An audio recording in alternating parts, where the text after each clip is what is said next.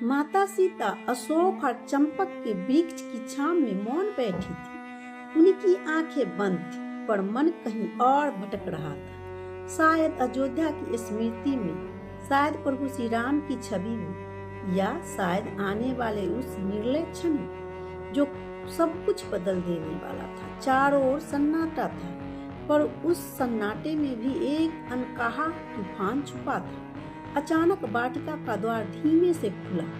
भीतर मंदोदरी आई। उनके चेहरे पर चिंता की रेखाएं थी, आंख में भय और कदमों में जल्दबाजी। सीता ने उनकी ओर देखा। बिना कुछ कहे मंदोदरी ने गहरी सांस ली और धीमे स्वर में बोली, सीता, आप भी सुन रही हैं? बाहर की गर्जना है। आज का सूरज ढलने से पहले सब कुछ बदल जाएगा। शायद यह हमारी आखिरी भेंट हो।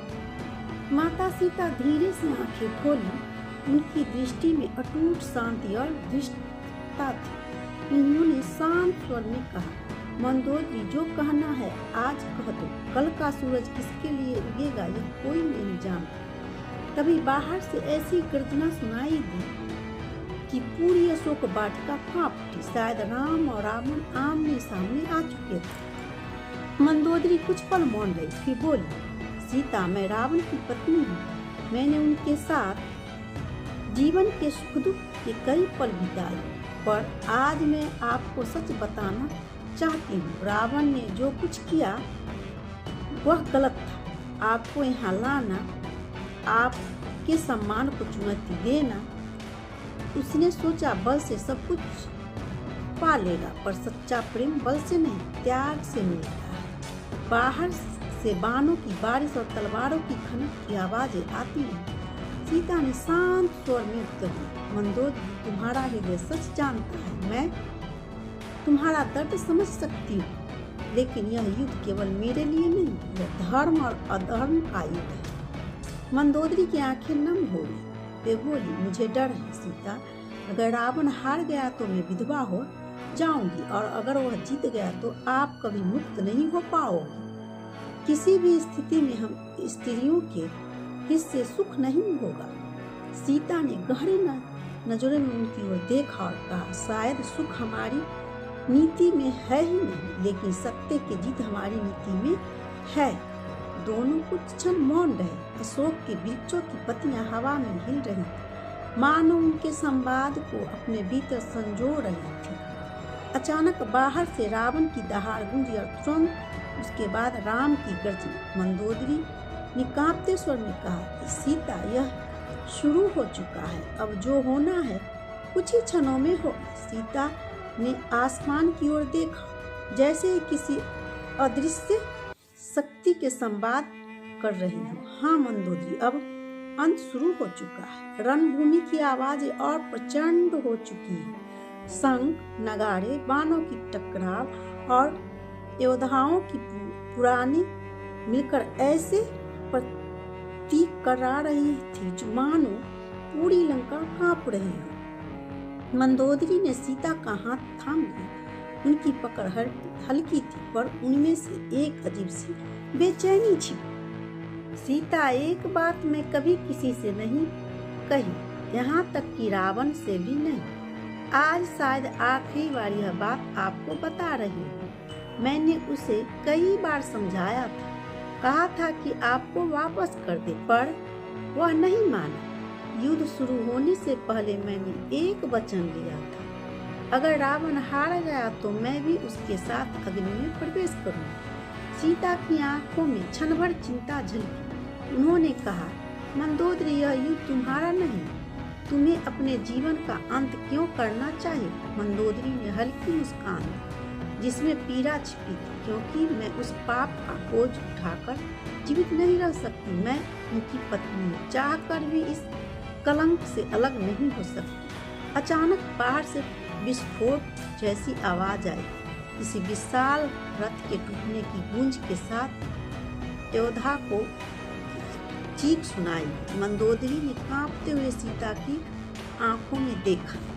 अगर आज अंत हो गया तो जान लेना, मैंने हमेशा चाहा था कि तुम्हारा धर्म, तुम्हारा सम्मान और तुम्हारी मुक्ति मिले। सीता ने उनका हाथ थाम लिया। मंदोदरी, तुम्हारा हृदय पवित्र है, यही तुम्हारा सबसे बड़ा सत्य है। धर्म तुम्हारे त्याग को कभी व्यर्थ नहीं जाने देगा। दोनों की आंखें भर आई, पर उस क्षण अशोक वाटिका में एक अजीब सी शांति छा गई, मानो दोनों स्त्रियां ने अपने अपने अंत को स्वीकार कर लिया। तभी रणभूमि में ऐसी गर्जना आई जिससे रावण का अहंकार और राम का धर्म टकरा रहे थे। सीता ने आकाश की ओर देखा और धीरे से कहा, क्षण आ गया है। अब हर बार का असर लंका की दीवारों तक महसूस हो रहा था। महल की छतों से धूल और पत्थर टूट कर गिर रहे थे। रणभूमि से कभी विजय की गर्जना सुनाई देती, अगले ही पल किसी की अंतिम चीख। मंदोदरी ने गहरी सांस ली। काश रावण समझ पाता कि यह युद्ध केवल शांति का नहीं, धर्म का है, पर उसका अहंकार उसे अंधा कर चुका था। तभी मेघनाद की गर्जना गूंजी। उसने चुनौती, क्रोध और विनाश की आहट थी। सीता ने आंखें मूंद ली। मंदोदरी, यह गर्जना भी शीघ्र मौन में बदल जाएगी। मंदोदरी की आंखें भर आई। मेघनाद मेरा पुत्र है सीता, और मुझे पता है कि आज वह भी शायद लौट कर न आएगा। सीता ने कोमल स्वर में कहा, एक माँ का हृदय कभी युद्ध का मैदान नहीं होता। तुम्हारे भीतर का प्रेम भी तुम्हारी सच्ची विजय है। अचानक एक भीषण विस्फोट से वाटिका की भूमि कांप उठी। शंख की गूंज हवा में फैल गई। विजय का संकेत था, पर किसका अभी कोई नहीं जानता था। मंदोदरी ने खुद को संभालते हुए कहा, अगर रावण गिर गया तो लंका भी राख हो जाएगी, और अगर राम जीत गए तो तुम भी मुक्त हो जाओगे। पर मेरे लिए ना कोई विजय होगी ना पराजय, बस अंत। सीता ने धीष्ट स्वर में कहा, मंदोदरी, अंत भी एक नई शुरुआत हो सकता है, जब वह सत्य के साथ हो। बाहर रणभूमि का शोर और तीव्र हो चुका था। तलवार की झनकार, रथों की गर्जन, बाणों की टकराव।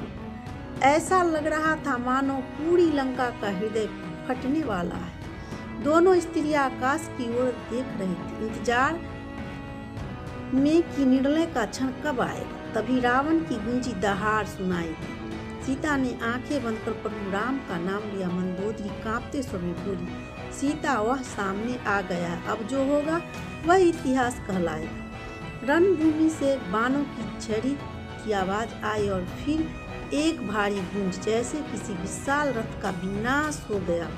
मंदोदरी की आंखें आंसुओं से भर गई। अगर वह गिर गया तो मेरा जीवन भी समाप्त हो।